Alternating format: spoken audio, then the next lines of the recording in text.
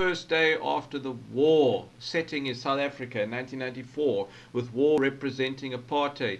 So decades and decades of oppression of non-white people. This is the morning of realizing that apartheid has been abolished. I assume you've already read the poem, so let's get right into it. And the diction in this poem, the word usage is quite simplistic, but descriptive and effective. We heard the songs of a wedding party. So let's look at the word wedding, for example. A wedding is joining together of two people, usually. So in this case, we're going to say, right, let's say we're going to have white people and non-white people coming together. Okay. Also in the Zulu culture, a wedding is a symbol of fertility and rebirth of a nation, because now it's going to be South Africa as a democracy from this point. So it's almost like we're trying to start afresh. Okay. So these lines here are all about how the people woke up that morning and they weren't sure that apartheid was over. You know, they'd heard the news and they wondered, but they were hesitant. Okay, so it's like we wake up and we hear the songs of a wedding party. Obviously, a party being something that is pleasant, that is joyful, right? So we heard the songs of it. We heard that there was a chance of freedom. We saw a soft light. Now, these first 8 lines, it's all about freedom being compared to the sun. So in the literal sense, you can say, all right, if it's early morning, the sun is just rising above the horizon. So it's a soft light. It's not a powerful light yet because it's dawn, right? So we saw a soft light. But of course, if we look at the more figurative meaning, we can see, okay, soft light maybe is a metaphor for saying that there's optimism, there's hope, right? We're not quite sure yet. It's not explicit. It's not clear, but there's that sign. So it's like it's not daylight yet, but we can see the sun. All right. Coiling round the young blades of grass. So there's enjambment here because we saw a soft light coiling. Okay, line runs into the next. So the literal sense is that the sun's rays are wrapping around the blades of grass. So if you imagine all the blades of grass and the sun's coming from this way, it's going to shine onto the blades of grass. All right. But young blades of grass, you think to yourself, why would the poet just talk about grass? He's got to mean something else as well. So these young blades here could stand for the young men and the women. Okay, because remember the older generation, they have been fighting to rid of this oppression for decades. At first, we hesitated because, it's like if you've been oppressed for so long and you've got passes and you can't go here and you're segregated, it's not just like you're going to wake up one morning and like everything's going to be different. Okay, I mean, South Africa, we are still struggling from the effects of apartheid. At first we hesitated, so they're uncertain about this freedom, right? But then we saw her footprints. Okay, so again, the metaphor, extended metaphor of freedom representing the sun continues in that the sun's footprints in this sense could be the sun's rays running across the land. Okay. And her face, like the sun's face, emerged. So if you look at the horizon here and then the sun peeps over the horizon, if we like personify the sun and say that's her face, then we can see that the sun is like slowly rising up, all right? So the sun's face emerged, but of course it's not actually just the sun. It's that we can see now, we realize, yes, freedom is here. The day has come. Then her eyes of freedom, exclamation mark. Okay. So we first saw her face, then we saw her eyes, the entirety of the sun, the realization of freedom. It is existing. Okay. And of course, this poem really is all about the joy of being free, as I said there in the theme, okay, and the tone being triumphant, celebratory, okay. So freedom is a big thing here. It's not something that they've had for a very long time. Some of the people for their whole lives, right, and as well as for South Africa as a nation. So a new day has dawned for South Africa, and that's exciting. But you get the sense here that the excitement that they have is that they're hesitant. It's not shown. How do we say? They hold back that joy and that excitement at first. Okay, because they're not sure if it's true. Also, they can't maybe like actually come to terms with the fact that this really is happening. You know. Um, okay, so again, the sun being personified here. She woke us up with a smile, saying, "What day is this that comes so suddenly?" Okay, so the sun is asking, what, you know, I come up the horizon, as it were. We know the sun doesn't actually move, but I mean, like, let's just say the sun rises up, and the sun is saying, you know what, like, I come up every day, and it's the same old apartheid South Africa, and now suddenly I'm rising this morning, and there's a whole different nation here. So the sun is personified there. Okay. But again, it's not just the sun, it's actually the truth. And the truth is saying, you know what? What day is this that comes so suddenly? You know, here we are, we go to bed every night and we wake up every morning and we're still oppressed and we're under apartheid. And our country is hell and back, basically.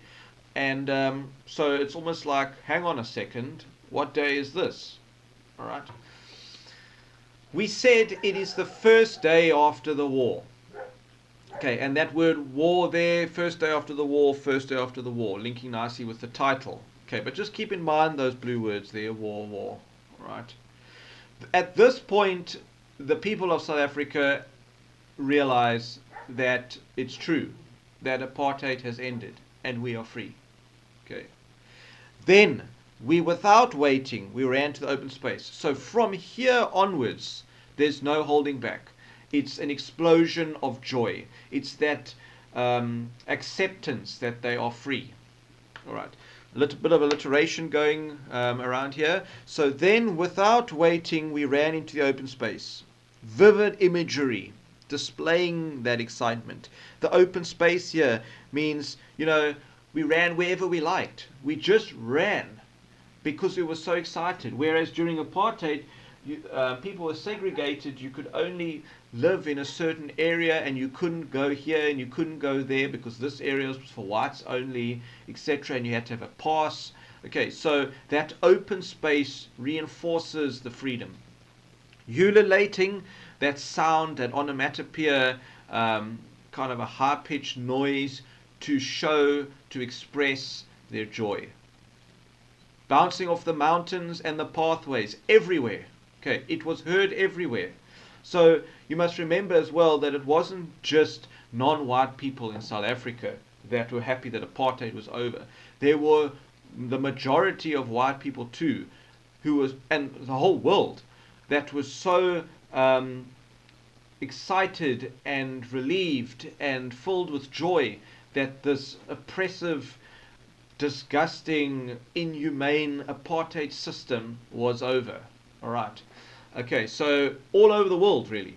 Calling people from all the circles of the earth. Okay, so just what I said there. It was unifying the entire world. Everyone is included. Because remember, there are people who had left South Africa because of the apartheid that they weren't happy with. There were countries, nations that wouldn't trade with South Africa because of apartheid, and they didn't believe in the government system. We shook up the old man demanding a festival. Okay, we shook up the old man. Like, old man, wake up. Like, this is it. The day has come. You've been fighting for all these years for this day. Here it is. All right? There is a little bit of debate about what the old man represents. It could be the tribal chiefs. It could even be Nelson Mandela, because we know that he became the first democratic president of South Africa. And he was the one who was fighting as well for the end of apartheid. So we were saying we need to celebrate this day. We can't just like, oh, that's cool, apartheid's over, and then carry on. All right, it is something to be celebrated. We asked for all the first fruits of the season. The first fruits of the season. So if you think in a literal sense, when all the fruit trees have produced their fruit and it's time to go and harvest this fruit, that's what we want. Okay, we want the first reaping of what we've sown. Okay, so I've said that's a metaphor because obviously it's not actual fruit that they want. The first fruits are compared to the results of this freedom. We want this now equal education. We want these equal opportunities. We want these jobs, etc. We held hands with a stranger. It didn't matter who that person was, whether we knew them or not. All that mattered was that we were equal and that we were free. So it's very inclusive. And we shouted across the waterfalls. Notice all these descriptions. So there's great imagery here, as well as a lot of diction that contributes to how the people expressed their emotion, their joy, their jubilation. We shouted across the waterfalls. I'm not quite sure if I agree with this. Some people say that the waterfalls represent music, comparing it to the people's songs and stuff like that. To me, it's just vast spaces. Because here we've got mountains, we've got pathways, we've got open spaces across the waterfalls. So it's really the entire nation that is included here. People came from all lands, because remember, exiles returned to their country, they had left the country, they were reunited with their families. The whole world was accepting and celebrated this day. People came from all over to celebrate this new democracy. It was the first day of peace. Now remember I said keep in mind that blue word there. So we have first day after the war, first day after the war, first day of peace. So war has a negative connotation. So it's the first after the war because apartheid was essentially a war. And because of their hesitation here, it was still seen in the eyes of a war. But once they realize what it means that apartheid is over, they are filled with so much joy that we get this positive connotation, the flip side of the comparison war to peace. And peace makes sense because now they've actually realized that we do have peace. And that is an antithesis, which is a figure of speech, because that title and line 8 refer to the first day after the war, and line 17 refers to the first day of peace, which is the same thing. But an antithesis by definition is the balancing of two opposites. Okay, not an oxymoron, because that's two words that are opposite in meaning. These are two ideas that are opposite in meaning. Antithesis. Okay, we saw our ancestors traveling tall on the horizon. Okay, so their ancestors are proud that they are finally recognized and free. They're not oppressed anymore. And we've capitalized ancestors because the ancestors are important to the people. So they are given that significance by being made a proper noun there.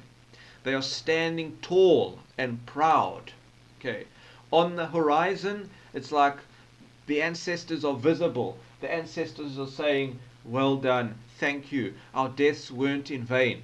The people that have come before you, they didn't die for nothing. And the younger generation, as they call them, young blades of grass, are now able to benefit from the future. Okay, so the ancestors would be proud of them, and that the sacrifice that they made was in fact worth it. So remember about this poem, it is all about that hesitation, or not sure whether apartheid is over. Are we actually free? After being oppressed so long, can we actually believe it, or we've been given false hope? And then there's that realization in the second part there, in the middle, where they do understand that it is in fact the end of apartheid, and just to express their immense joy that they don't hold back with their emotions. Poem is written in free verse. Theme is the joy of being free, and the tone triumphant and celebratory.